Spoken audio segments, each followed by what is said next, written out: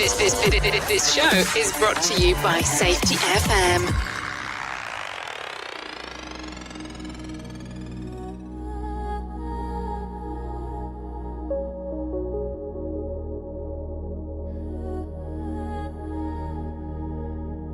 Midnight on your lips, I can taste the doubt.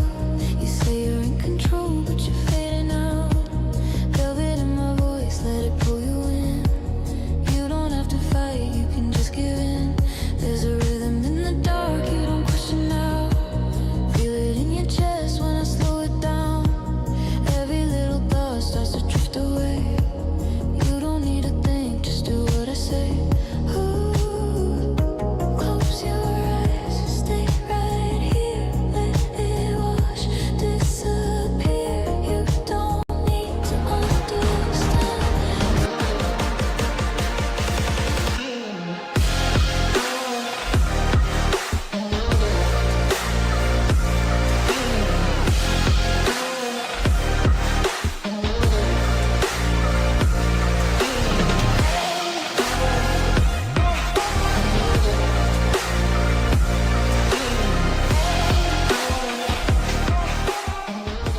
Following program is rated MA-LSV. It contains strong language, sexual situations, and violence. It is intended only for mature audiences. Finally, show with the balls to call it like it is. Rated R Safety Show on Safety FM. Countdown to audio torture. The Rated R Safety Show starts in 3, 2, 1. Let the eardrum pain begin. Forget the corporate bullshit. This is the Rated R Safety Show with your host, Dr. It doesn't matter who the host is. Oh, yes. I think we know this. It does not matter who the host is. What has always mattered is who the listeners are. We are broadcasting from the Safety FM studios on this lovely Tuesday, March the 24th. Of 2026, and that's of course coming across the multiverse known as Safety FM, and then we are hanging out with our friends and colleagues over there. Radio Big. USA, Canada, UK. Okay, so there you go. A lot of stuff going on inside of the multiverse of ours, because that's just kind of the way that everything goes and everything happens, as you are fully aware. I would love to tell you that I'm able to keep up with everything that's going on in the news, but as it goes around, it's almost sometimes virtually impossible to do so. Just kind of the way that it goes. So let's talk real quick about what we do here. Our show consists of safety in the news, news and safety. That's just kind of what we talk about and do and go around the whole thing. Once that is done, and we're talking about that, we do bring in some professional broadcasters, so they could give you some information on what's going on inside of the world of the multiverse. That's just kind of how it goes. As we start going through the whole plethora of things, yes, the whole plethora of things, we'll go through the whole aspect, and then we say, hey, you want to interact? You can interact. Go to callinradio.com. Once you get there, video, audio, and text messaging are the opciones, and then we get everything moving and grooving. And that's it. That is the whole kit and caboodle. Seriously, the whole kit and caboodle. We'll get everything moving for you. So if you're good with that, I do have my friends from Feature Story News who are kind of waiting that would really love to talk to you about what the hell's going on inside of this thing that we call the multiverse.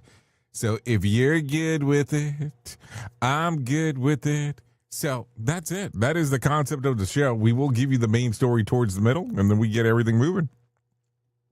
So let's not waste a lot of your time, and let's get this moving right now. Here is the news on the Rated R Safety Show. From Feature Story News in New Delhi, I'm Neha Punia. Iran is rejecting claims made by the US that it's holding talks with America, calling that fake news. This after US President Donald Trump claimed that talks with Iran have led to, quote, major points of agreement, but he claims that he's placing strict conditions on a possible deal. Ross Cullen is reporting from the city of Van near the Turkey-Iran border. So far, they said there's no negotiations, and the United States is trying to do this simply because it's been spooked by the price of oil, spooked by the shock waves on the financial markets. Both sides will want to try to have an off-ramp, so a pathway out of this conflict that allows both of them to be able to claim that they won the war. Iran will want to secure its sovereignty. It will not want to have to capitulate. It will not want to have to renounce any of its missile program or potentially its use of civil nuclear energy. Donald Trump told reporters in the US that he wants Tehran to end all uranium enrichment and for Iran to hand over all of its uranium to ensure it cannot build a nuclear weapon. Nick Harper is in Washington, D.C. Donald Trump says his peace envoy Steve Witkoff and his son-in-law Jared Kushner are involved in the talks with the Iranians. He said talks took place on Sunday and will continue throughout the day today. He described the talks as very, very strong, saying they went perfectly. But he's outlined conditions by which he wants to make a deal, namely that Iran can never make a nuclear weapon and hand over its enriched uranium. His latest comments come after he postponed a 48-hour deadline in which he'd threatened to bomb Iran's energy infrastructure if it didn't reopen the Strait of Hormuz. That threat has now been postponed for 5 days. Meanwhile, flights are resuming at New York City's LaGuardia Airport after an Air Canada jet struck a firetruck on the runway late Sunday night. The pilot and co-pilot died in the accident. During a press briefing, Transportation Secretary Sean Duffy said it's too early to know what caused the crash, but he reiterated that he's been asking Congress for more money for air traffic control. Mitch McCann has more. Officials said they were restricted by the amount of information they could share at a Monday press conference as the investigation's in its early stage, but we did learn some new details. They described the pilots who died in the collision as two young men at the beginning of their careers. We also heard more information about the two people inside the fire engine when it crossed onto the runway and was struck by the jet. Officials say they were both taken to New York Presbyterian Hospital, and one was released on Monday and another is being kept for observation. From bureaus worldwide, this is FSN. With FSN Spotlight, I'm Simon Marks, looking in more detail today at a shocking anti-Semitic attack in London on ambulances operated by a Jewish charity. Hatzolah provides emergency transport for anyone who needs it in North London, regardless of their faith. On Sunday night, 4 of the charity's ambulances were destroyed in an arson attack that has been claimed by an Iranian terror group. Police are now investigating that claim. Danny Cohen is a former senior executive at the BBC who writes on anti-Semitism in Britain. There is a whiff of the 1930s, I think, to what many Jewish people feel they're experiencing at the moment. Violent intimidation, harassment, all of those things making Jewish people feel that this is a time they've not really experienced. I feel this too in my lifetime, the conditions that British Jews are finding themselves in right now. And it's leading British Jews to have conversations that they just wouldn't have imagined happening a few years ago. Should I take down identifying marks of my Judaism from my front door? Where would my children be safe going to school? Do we need an escape plan? If things get worse for Jews here, where would we go and what would we do? And it's really deeply concerning that is happening in our society. Shocking as Sunday night's attack undoubtedly was, by the end of Monday, the charity operating the ambulances had received more than £1 million in donations from people all over the UK. With FSN Spotlight, I'm Simon Marks. The main news again. Iran is rejecting claims made by the US President Donald Trump of talks with America, calling that fake news. US President Donald Trump has said talks with Iran have led to, quote, major points of agreement, but he's placing strict conditions on a possible deal, he claims. Flights are slowly resuming at New York City's LaGuardia Airport after an Air Canada jet struck a fire truck on the runway late Sunday night. And that is the latest feature story news. Neha Punya reporting. This show is almost as enjoyable as hearing the sound of the toilet flush. Rated R Safety Show on Safety FM.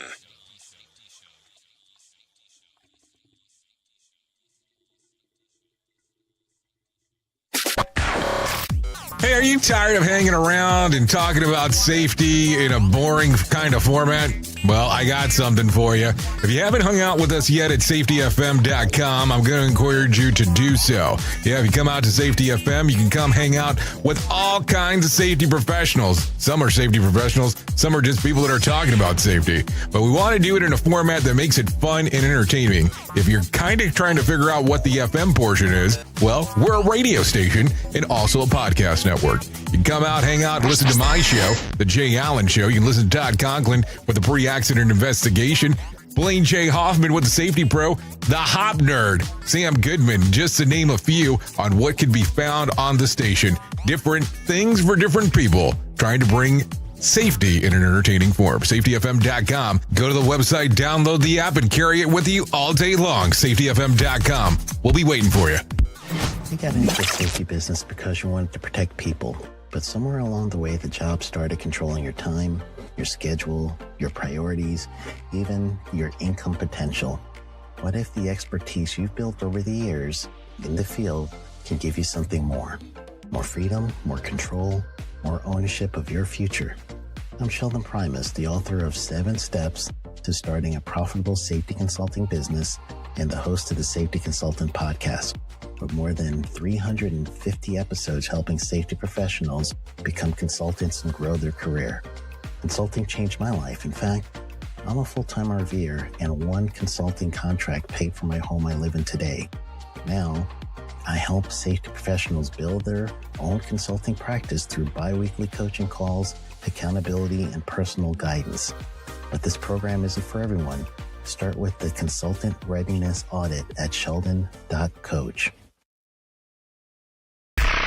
It's always amazing to me on how technology changes, and so does the environment that we're in. And cyber criminals will do everything they can to take advantage of a system. If you don't own a home, you have nothing to fear about what I'm about to tell you. But if you own a home like me and you don't guard it with home title lock, you're inviting home title fraud. One of the fastest growing crimes. Cyber thieves around the world know our home values are sky high at the moment, and that makes us a target. The crime is scary simple. Let me explain it to you real quick. A cyber thief simply forges your name on a property sale form and refiles it. That's it. Now he or she is on the deed of your home, and you have no idea that you're a victim. Then the person takes out a loan on your home and vanishes, leaving you to prove to the police that you didn't commit bank fraud. Home Title Locks puts a virtual barrier around your home title. The instant they detect any kind of tampering or anybody messing around, they help shut it down. Look, if you have equity in your home, you need to guard it the best way that you can. Some people might even go as far as guarding it with their life. Go to HometitleLock.com and register your address to see if you already are a victim. And enter the code RADIO. That's RADIO. That's the code RADIO for 30 days free of protection. That's code RADIO at HometitleLock.com. You've seen the loop. You've felt the shift. The script doesn't fit anymore, and neither do you. Safety transmission. The collapse of the construct is the third and final signal in the trilogy from Jay Allen, PhD. And this time, it's not about waking up. It's about what you do once you're awake. The system didn't break. It just stopped pretending to hold you. And now it's blinking, rebranding presence, packaging resistance, and calling it progress. This book isn't a guide. It's a transmission. It doesn't teach the system how to evolve. It shows you how to stop performing for it. You'll see what happens when awareness becomes responsibility, when audits don't listen, and when leadership becomes a loop. But if you've made it this far, you're not here to be managed. You're here to carry signal. Safety transmission. The collapse of the construct. Now available in print, Kindle, and audiobook. Narrated by Jay Allen, PhD. Because if it couldn't hold your signal, it was never real to begin with. Another pitfall of our society. Rated R Safety Show. Okay, there you go. 14 minutes past the top of the hour as you and I are hanging out, doing all the fun stuff that we get to do. No doubt about that, as we are talking and doing everything else inside of the world. So let's get into some things right away, because I think that this is going to be one of those days that we need to talk about everything. And we're going to have to start off with some stuff that we probably don't want to start off with, but hey, that's just kind of the way that it goes sometimes. An Air Canada flight from Montreal slammed into a fire truck on a runway at LaGuardia Airport late Sunday night, and it was chaos on impact. A flight attendant was literally thrown out of the aircraft during the crash, still strapped into her jump seat. Somewhere or somehow she survived. No word yet on how badly she's hurt, but that's the kind of story that you don't usually walk away from. The collision happened around 11:40 p.m. on runway 4. The plane plowed into a middle of the fire truck, sending the officers inside flying. Tragically, both pilots on the plane were killed. In total, 41 passengers and the crew were taken to the hospital, some with serious injuries. And here's where it gets really troubling. Early reports say both the plane and the fire truck had clearance to be on the runway. The National Transportation Safety Board is now digging out to figure out exactly what the air traffic control miscommunication played a role.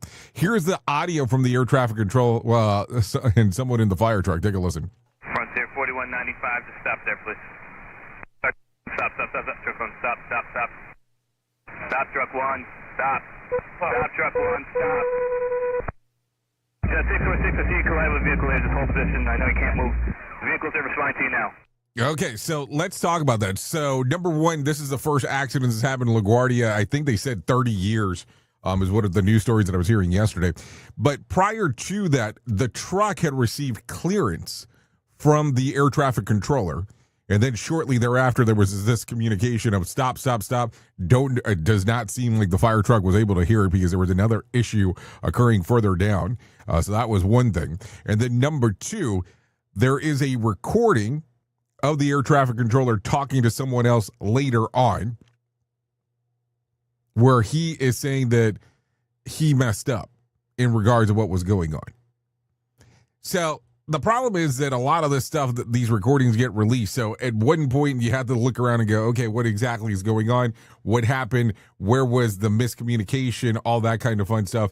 And I guess we will hear about this more and more as the investigations continue about what exactly happened. Of course, the passing away of 2 pilots. 41 out of 72 people, from what I remember correctly, were injured, and of course the person that was the flight attendant there still was inside of the seat at the time. So with that being said, Jack Cabot was one of the passengers on Air Canada of the crash plane into the fire truck in LaGuardia. Jack appeared on CNN last night. Here's what he had to say. As we came in, they said, prepare for landing, and there was some talk about turbulence, but there was no announcement when we were about to hit the. There was no brace for impact, anything like that. Nothing like that. When did you realize? I mean, did you feel the impact? Did you hear it? Yeah, absolutely. Everybody got completely jolted. I mean, we all, everybody just banged something. I mean, nobody's really expecting to hit a truck in that moment. They're always just kind of sitting a little bit more relaxed back in their seat, and so come the moment of impact, a lot of people will hit their head. There was blood, there was screaming. It was a really harrowing moment.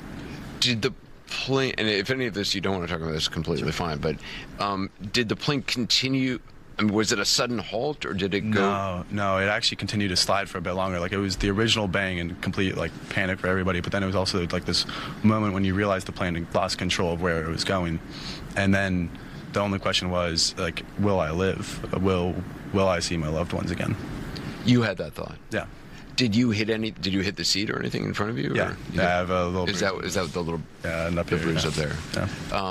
What happened then?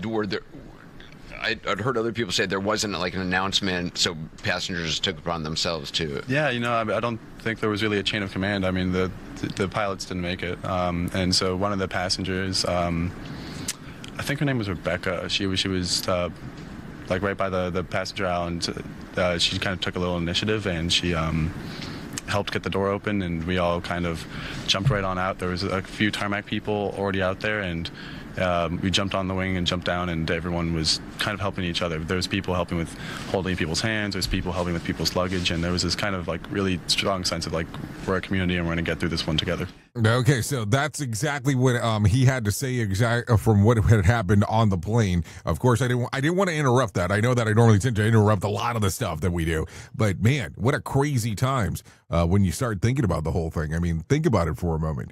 Just in so many changes that occurred, boom, boom, boom, boom, boom, that quick. It's just mind-boggling when you start thinking about it. Let's continue talking about some other things that are going on inside of the world of the multiverse, because that's kind of what we do.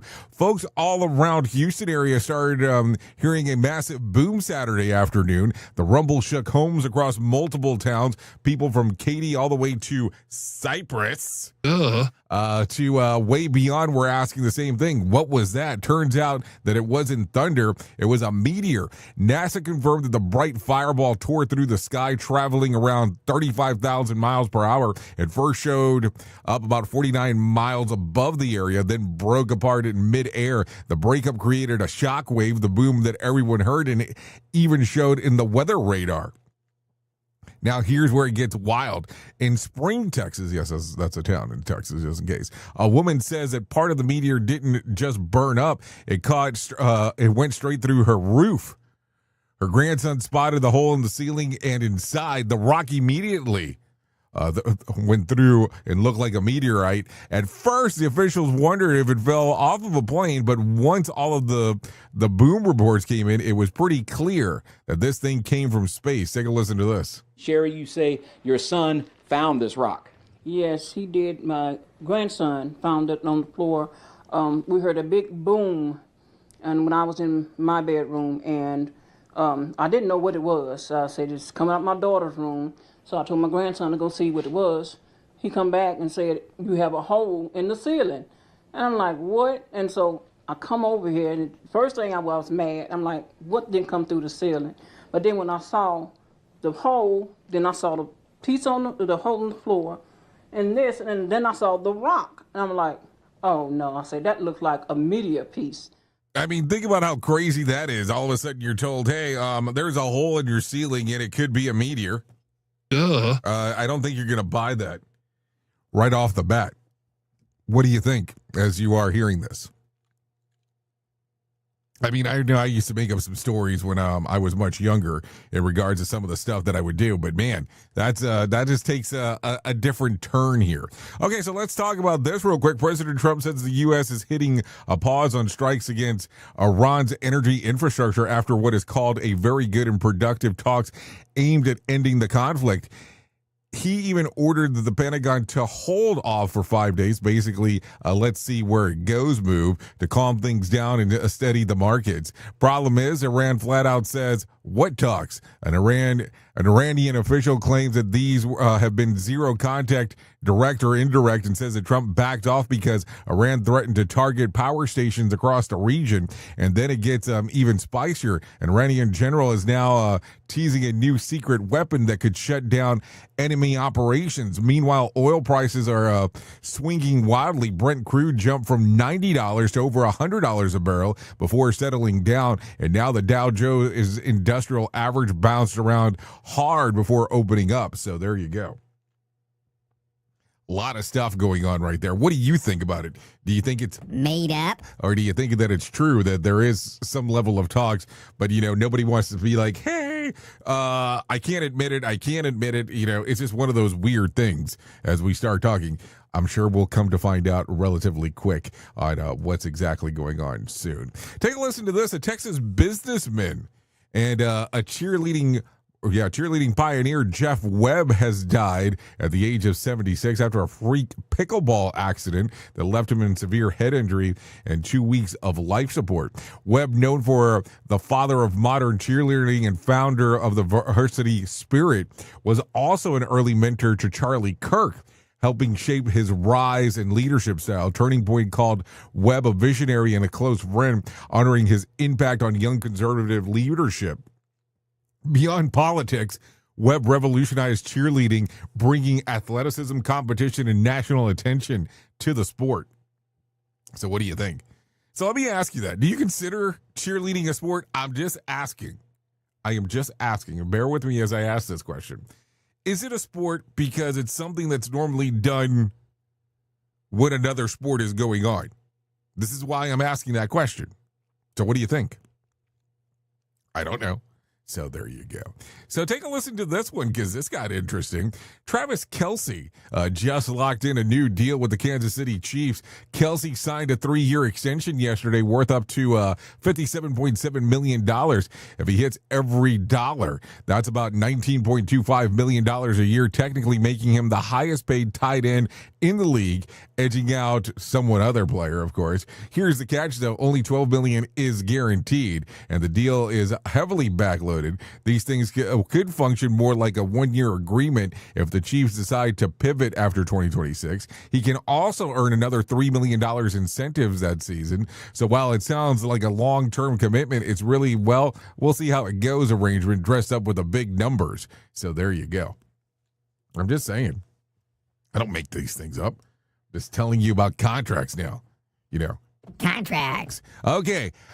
Let's see. Mark Wayne Mullen just was just sent from the senator floor to one of the hottest seats in Washington, confirmed as the Secretary of Homeland Security. It was tight, though, 54-45 vote. He replaces Kristi Noem and walks straight into a mess. A partial shutdown of the Department of Homeland Security and a political firestorm over immigration. Mullen, a former MMA fighter turned plumbing business millionaire turned politician, promised to dial things back a notch, saying that ICE raids would be limited to cases with judicial warrants. That's being seen as a possible off-ramp to end the shutdown, or at least cool things down a little bit. The vote, pretty much party lines, with two twists. Most Republicans backed him except Ron Paul, who shots at Mullen's temperament, even bringing up past comments about political violence. Now not exactly glowing endorsement. On the flip side, too, Democrats crossed the aisle, including John Fetterman and Martin Hendricks. Hendricks even called Mullen a friend Washington version of "we don't agree, but I still will take your call." So there you go. What do you think? I mean, it always becomes interesting as we start going through the whole thing of everything that's happening because, man, what a weird time it is when it comes to politics that we can only do things within party lines. What do you think about the whole thing? Do you think that that's the only way votes should occur? Some people really do. I don't know. I always look at it and go, I think you should go with whatever you think is the way that works best for you. So there you go. Okay, so let's talk real quick about some things that are going on. It's so freaking hot outside. My shadow asked for shade. The sun woke up today and chose violence. And I walked outside immediately and understood beef jerky. So I don't know. It's one of those weird things that when you start taking a look about when the temperatures start heating up, how things start getting weird right away. So here you go. So here you go. Just some things to think about. So that is for sure. I don't even know why why we're taking a look at some of this stuff. Because here's the thing. When you start looking around and start going, okay, what are the weather conditions or how things are going on? I don't even know what to do anymore because it is so freaking hot. It is the economy's kind of all over the place. And then we're kind of looking at it and going, well, this is life. This is what's going on. So take a listen to this because, you know, things just can't get any stranger. If your hot chocolate needs a security detail, think this is your drink. A Benjamin Steakhouse in New York City, they're serving $1,000 cocoa cocktail called the Versailles Velour. This thing's basically dessert, booze, and a trust fund in a glass. It's loaded with high-end ingredients like Hennessy Richard and Grand Marnier Quintessy, which alone costs hundreds per ounce, plus chocolate liqueur, Bailey's Espresso, and more. Then they top it with whipped cream, 24-karat gold leaves, and a piece of $100 designer chocolate, because apparently regular hot cocoa wasn't intimidating enough. The wild part, it started as a guy trying to impress his wife, and he basically told the bartender, go all out, and the bartender heard, let's build a Rolls Royce of hot chocolate. So there you go. So what do you think here? I mean, it's kind of a weird one when you start thinking about it. I don't think it gets any stranger. That's for sure. So take a listen to this one real quick. Police in Missouri are investigating after 5 Barbie dolls sold at a discount store were found to have fentanyl hidden inside their packaging. The situation unfolded at Cargo Largo, a retailer that deals in returns and salvage goods. Store security flagged suspicious powder, called police, and investigators quickly tracked down the 5 compromised dolls on the same day.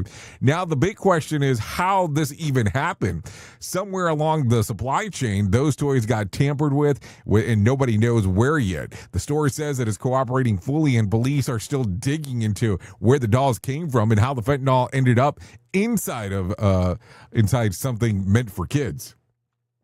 That's an interesting one. Barbie's dream house comes with a DEA investigation. Even Ken's like, I'm not qualified for this storyline. And Barbie went from Malibu to evidence locker real quick. And this is not an accessory pack, it's a felony bundle. So there you go. Take a listen to this one real quick. Across the country, viral videos are exploring breakfast bandits. People walking into hotels, loading up on plates and bouncing like they got a room upstairs when they absolutely do not. At places like Hampton Inn, Holiday Inn Express, and the Residence Inn, the buffet is set up as a easy to blend in, no host, no check, and just waffles, eggs, and opportunity. Experts say that they're in a tough spot. They could crack down harder, but then run the risk of turning breakfast into airport security. Nobody wants to show their ID for coffee. But here's the problem. When freeloaders keep sneaking in, hits the actual paying guests, costs go up and quality goes down. And suddenly your free breakfast is one sad bagel and a suspicious looking egg. These people didn't book a room, they booked a plate. So what do you think here? No, seriously, I mean, this becomes one of those weird things. I remember working at an organization long time ago where they would drop people off at hotels from airports and so on. That was many moons ago. And I remember getting a phone call from a hotel that one of the independent contractors that was working there was actually freeloading off of their breakfast. And they were like, tell this dude not to show up and stop stealing our shit. So there you go. It's serious business over there when it's all said and done. And I get it. I mean, food is food. And somebody still has to pay for it some way, shape, or form. So keep that in mind. Anyways, 32 minutes past the top of the hour. And it's almost time for us to take our, should it be almost time for us to do that thing that we call our main story? Or should I call it our main twist? Because, man, it's going to get a twisty-isty today in regards of going through the stuff. So let's get into it. I think we're going to get into it. Man, between this mouse that's not wanting to work this morning, maybe it's a charging issue, and this board that sometimes wants to play sound and sometimes it doesn't, not sure.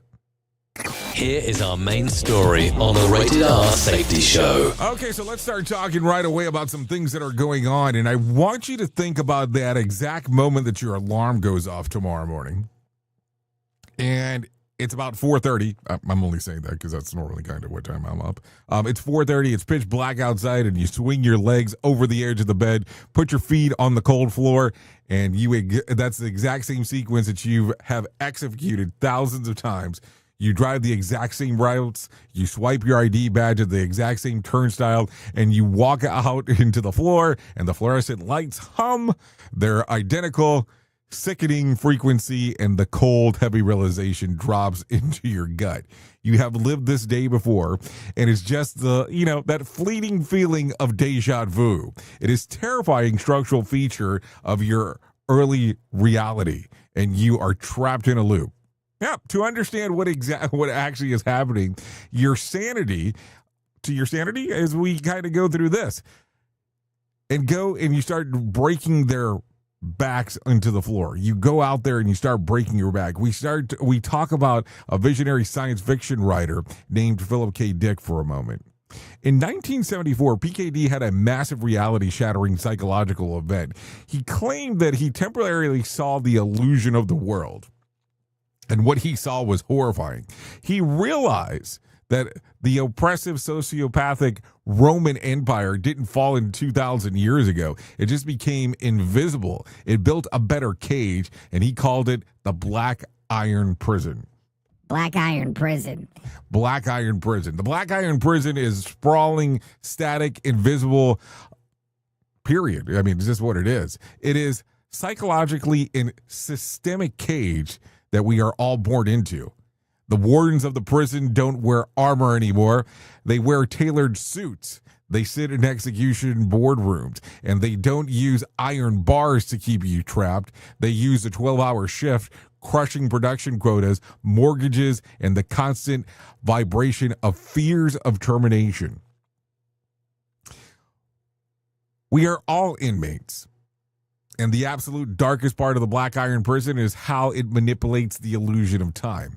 The architects of the system will look you dead in your eyes and tell you that time is a straight arrow moving forward. They'll tell you that every new physical year is progress, and they'll roll out a new software, hang up a new zero harm banners, and they'll hand you a new 50-page safety manual, and they dress the prison up with fresh paint and tell you that you're walking into the future. But if you actually look at the floor, if you look at the raw reality of the hazards, you realize that the time in the Black Iron Prison isn't moving forward at all. It is closed, decaying loop. Think about investigations you do.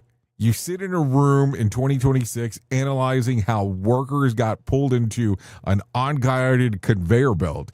And as you read the root cause, you realize that it's the exact same mechanical failure driven by the exact same production pressure that mangled a guy's arm in 2016 and in 2006. Did time actually move forward? Or are we just playing broken, blood-soaked tape backwards and forward, resetting the simulation every new quarter starts? You can't even tell if society is progressing or moving in reverse because the trauma is completely static. The machine just keeps chewing people up in the exact same way. The truly grasp of the mechanics of the nightmare is here. We have pulled a thread from the physicist Thomas Campbell and his book, My Big Toe, The Theory of Everything. Campbell theorizes that our entire physical universe is a virtual reality, a massive simulation generated by a larger conscious system, and is healthy simulation the goal of every individual piece of consciousness, which is you and me. It is to lower entropy. We are supposed to reduce chaos, evolve, learn, and create order. But the Black Iron Prison is a corrupt subset of the simulation. It is localized entropy trap. The corporate machine doesn't want you to evolve. It wants you to farm your energy. Yes, farm your energy.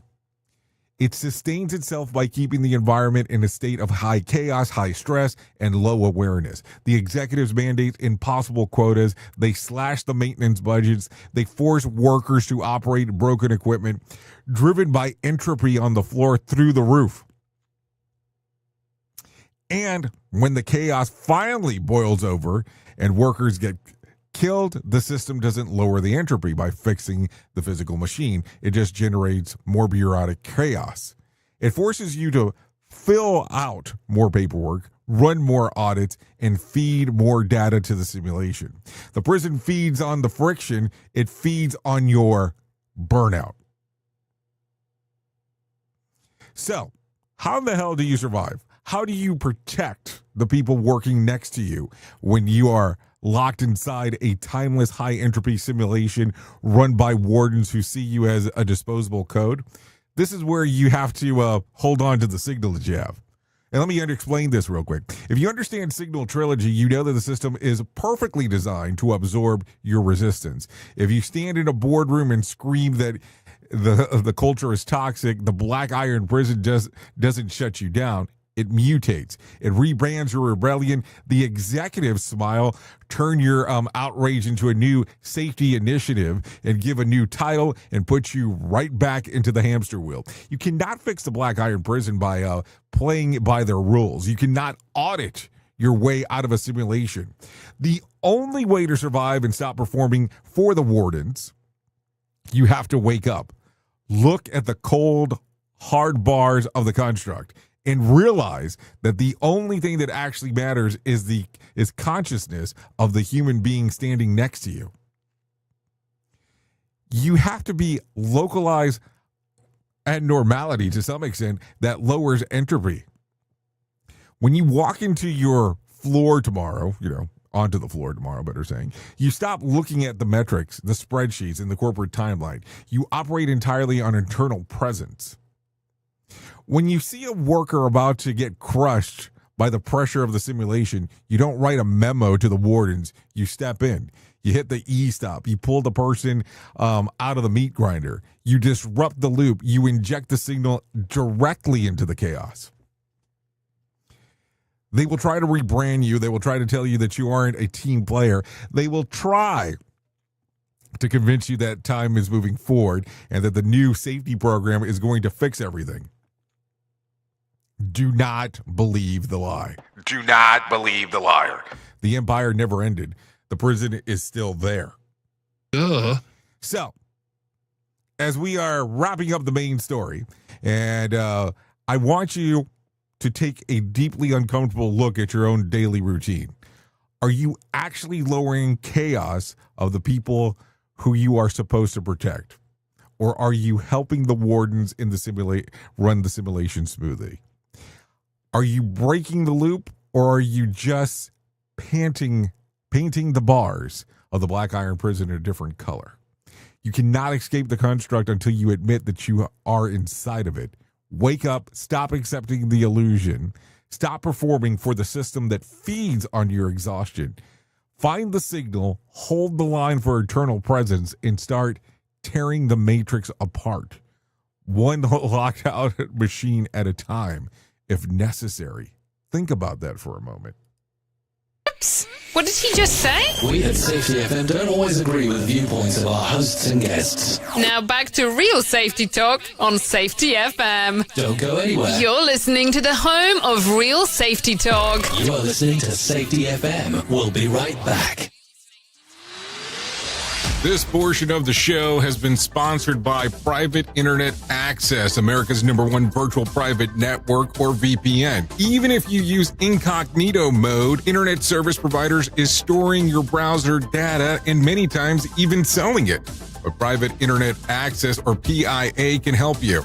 PIA encrypts and reroutes your internet traffic through one of its own servers, hiding your data from your internet service provider or network admin. And with servers in over 75 countries, you can get unrestricted access to geo-blocked content from around the world. PIA comes with easy-to-use apps and browsers extension for all devices, a rock-solid privacy policy, open source security, advanced customization settings, and it was just ranked the fastest VPN in the world by PC Magazine. And if you sign up right now with PIA, you can take advantage of a special deal only for Safety FM listeners. Only by using the following link, you can get the digital privacy for less than $2 a month. Yes, you did hear me correctly. Less than $2 a month and an extra 4 months for free. So that means for only $1.98 a month and 83% off, you can get this service for you right now. That's so much more inexpensive than virtually every other VPN on the market. And if you get it right now, you can take PIA's 30-day risk-free challenge. You can try it out for 30 days, see if you like it, and if not, just return it for a full refund. So just go to safetyfm.com/VPN. That's safetyfm.com/VPN to try out the best VPN on the planet completely risk-free. Now remember, safetyfm.com/VPN. Is your safety training old, stale, and hacked? Is your safety trainer still preaching a warped version of behavior-based safety? How about safety training that actually addresses your hazards in your workplaces and is not standardized baloney from 25 years ago? Contact the Safety Wars team at safetywars.com or call Jim Posel at 845-269-5772. Remember, if you're receiving this message, you are the solution to unsafe workplaces. This isn't a safety manual. It's a transmission. Jay Allen, PhD, host of the Rated R Safety Show and founder of Safety FM, has spent years pulling back the curtain on the systems we work in and the ones we don't talk about. What started as a fatal crash on the 405 became a search for truth through behavior-based safety, human and organizational performance, simulation theory, and everything in between. Safety, in my opinion, is raw, reflective, and real. From burnout to breakthroughs, from the matrix to the moment someone says, "This doesn't feel right." This book doesn't give you answers. It hands you the signal. Safety, in my opinion. Available now, wherever books and audiobooks are found. Listen at your own risk. Rated R Safety Show.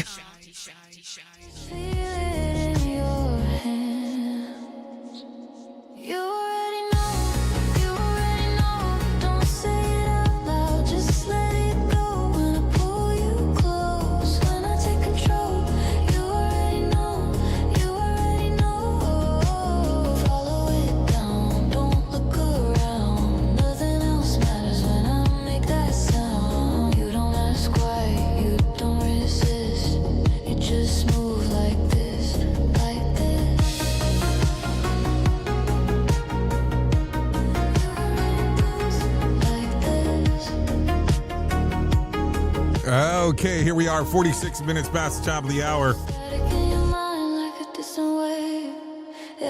So this one right here, this one's called Velvet in Your Veins. Song is readily available nowhere because I just made it. So there you go. We should release it at some point, I know. So there you go. Yeah, there you go. There you go. Let's continue talking about some other things that are going on inside of the multiverse of ours, because that's kind of what we do. And let me, if anything, this will probably be the most important thing that I will ever tell you in my lifetime, and that's about my friends at To Write Love on Her Arms. No matter what you're facing, you deserve to be connected to help. And we want you to know that people have been where you are now and that healing is possible. Things can get better.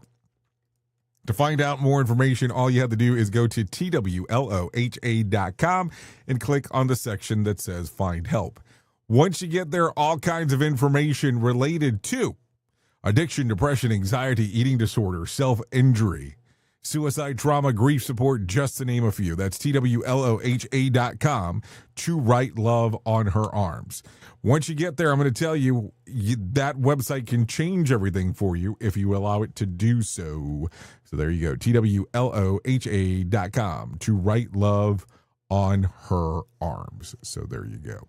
What else do we got for you? Let's take a look around and let's start talking about some other things. 1 week from today, let me tell you about this one. Happening in Santa Fe, New Mexico. Yes, Santa Fe, New Mexico. The Conklin Workshop. Not to be confused with the Conklin Conference. The Conklin Workshop taking place in Santa Fe, New Mexico, March 31st through April the 1st. We would love to see you there. Todd Conklin will be there talking about the world of human and organizational performance as we're doing an investigation to an event that occurred. You will actually have the likes of Brett Sutton, Redonda Voigt, and Ann Liren talking about everything that's going on inside of how you would take a look at this case. Would love to see you there.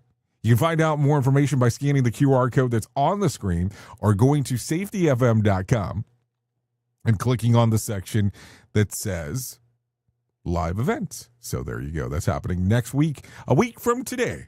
Santa Fe, New Mexico. Would love to see you there. Also, if you can't make it to that one, we have one going on July the 13th, which is a Monday in Orlando. We'll be talking about reality shifts. It is a observational symposium. We're doing this one at a movie theater. We'll have Nick Weatherly there talking about behavior-based safety, Todd Conklin talking about human and organizational performance, and yours truly there talking about Signal Trilogy. We'll also watch a movie while we're there, hanging out the day, some people have been asking, why are we doing this on a Monday? Well, we're doing it on a Monday. That way you can hang out in Orlando if you want to do that, if you're flying into the area or kind of visiting the area. And we'll get you all set up on that Monday doing all the fun stuff. So there you go. To find out more information, safetyfm.com. Click on the section that says live events. Live events. So there you go. A lot of stuff going on inside of our multiverse is definitely what it sounds like. But let's do this for right now. I have John Small waiting in the wing, and he's wanting to talk about the world of motivation. So let's do that right now. Here's John Small with the Motivation Minute.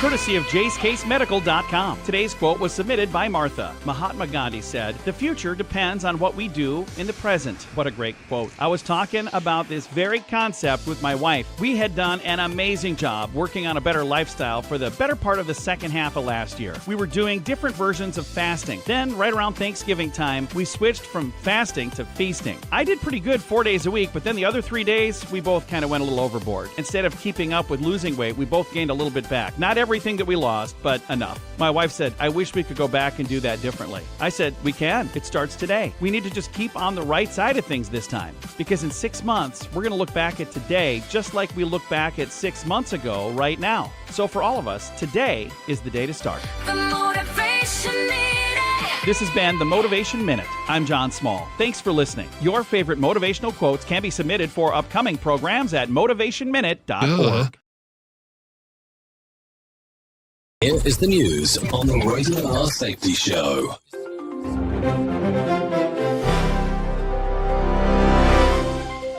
A devastating drone strike hit a key hospital in Sudan's El Dain during Eid celebrations, claiming 64 lives, including children and medical staff. The World Health Organization reports the attack killed 13 children, 2 nurses, and a doctor at the facility. Sudan's army denies responsibility, rejecting claims by the Rapid Support Forces. Humanitarian groups warn of worsening crisis in Darfur amid ongoing clashes. Benjamin Wright reporting. An Iranian missile struck near Israel's Dimona nuclear site after Tehran claimed one of its facilities was targeted first. The International Atomic Energy Agency chief urged maximum military restraint to avoid escalation. BBC reporters visited the hit town, describing a direct impact with no immediate radiation risks reported. Tensions rise as both sides exchange fire in the region. Gary Beck reporting. Russia launched a drone attack on Ukraine's Zaporizhzhia city, killing 2 residents ahead of U.S. talks. Officials say 2 children aged 11 and 15 suffered injuries in the strike. The assault occurred just before planned negotiations in America. Ukraine vows to continue defending against such aerial barrages. Liam White reporting. President Trump threatens to deploy ICE agents to U.S. airports amid a funding row causing TSA delays. Airport security staff face weeks without pay due to partial government shutdown. Trump says ICE will handle security if needed during peak travel. Travelers report long lines as wait times worsen nationwide. Lawrence Keller reporting. A new CBS News poll reveals economic worries from the Iranian war and spiking gas prices grip most Americans. The survey highlights concerns over conflict escalation and energy costs. UN Ambassador Mike Waltz and NATO's Mark Rutte discussed impacts on Face the Nation. Households brace for higher bills amid global tensions. Jessica Oakley reporting. Democrats reject a GOP counterproposal on ICE changes as shutdown deadline looms closer. GOP offer details remain private amid stalled talks. House Democrats expand targets for upcoming seats in states like Minnesota and Colorado. Political gridlock fuels fears of prolonged federal disruptions. Kyle Norris reporting. Trump touts strong economy but skips apology for a racist video involving the Obamas circulating online. The clip sparked backlash amid heated rhetoric. President meets Netanyahu soon to push Iran peace talks. Focus stays on growth, despite domestic divides. Kevin Sanders reporting. Senate holds rare weekend session over DHS funding and the Save America Act amid shutdown pressures. Lawmakers scramble to avert crisis before deadlines hit. Debates center on security and border measures. Bipartisan efforts seek quick resolution for essential services.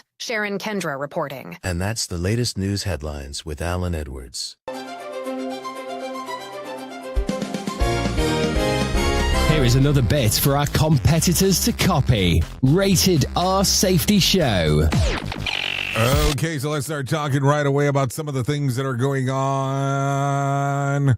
So let's talk about today in history, if you don't mind doing it that way. Back in 89, Exxon Valdez oil spill in Prince William Sounds in Alaska. The Exxon Valdez spill, 240,000 barrels of petroleum after running aground. So there you go. Also in 1994, Robert F. Kennedy Jr. divorces Emily Black. Also in 2019, the New England Patriots tight end Rob Gronkowski announces retirement as the three-time Super Bowl winner tight end postseason record. Most receptions, 81, receiving yards, 1,163, and receiving, TDs 12. So there you go. That all happened back on these dates. If we're talking about some celebrity birthdays for today, let's do that. Kelly LeBrock turns 66. Laura Flynn Boyle turns 56. Jim Parsons turns 53. Peyton Manning turns 50, and Jessica Chastain turns 49 today. So there you go. Let's talk about some things that you ought to know.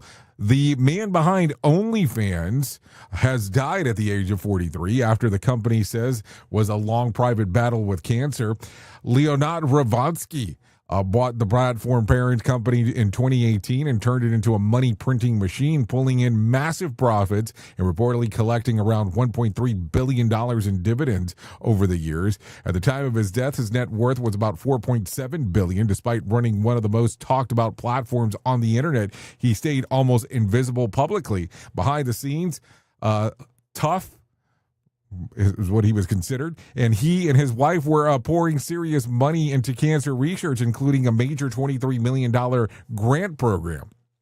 He was born in Ukraine, raised near Chicago, studied economics in Northwestern, and built his fortune in tech before taking over OnlyFans and reshaping the industry. So there you go. Let's talk real quick about tonight's Mega Million jackpot. It is full $60 million, if you're ready to take a look at that. And here's last night's winning Powerball numbers, and the jackpot was $133 million. That was 12, 18, 47, 56, 63. Powerball was the number one. Also, Pakistan is joining the growing list of countries acting as go-betweens for the United States and Iran. 4 sources told NBC News that with those sources saying that in-person meetings could be held in the coming days in either Islamabad or Pakistan, Islamabad, or the Pakistan capital. So there you go. Some stuff to think about. Anyways, that's going to end our time together. At the top of the hour, I will be going over to radiobig.fm if you want to come and hang out with me as I talk about the world of music and entertainment. If you want to go over there, that's radiobig.fm. If not, that's perfectly fine. You can stay here with the likes of Sheldon Primus as he talks about the world of safety consulting. So there you go. You got some options for you if you want to go either way. If I can leave you with some words of wisdom today a reader, tomorrow a leader. Think that, keep in mind about that. And then here you go. Some advice for today. Add fennel to your diet and curb your appetite. Not fentanyl, fennel. Just in case. So there you go. That's going to sum it up. Thanks for hanging out with me. Thank you for being the best part of Safety FM and Radio Big, and that is the listener, because without you, it makes no sense to do what we do around here. That is for sure. Anyways, I know who you are. You know who I am. Love you, mean it, and goodbye.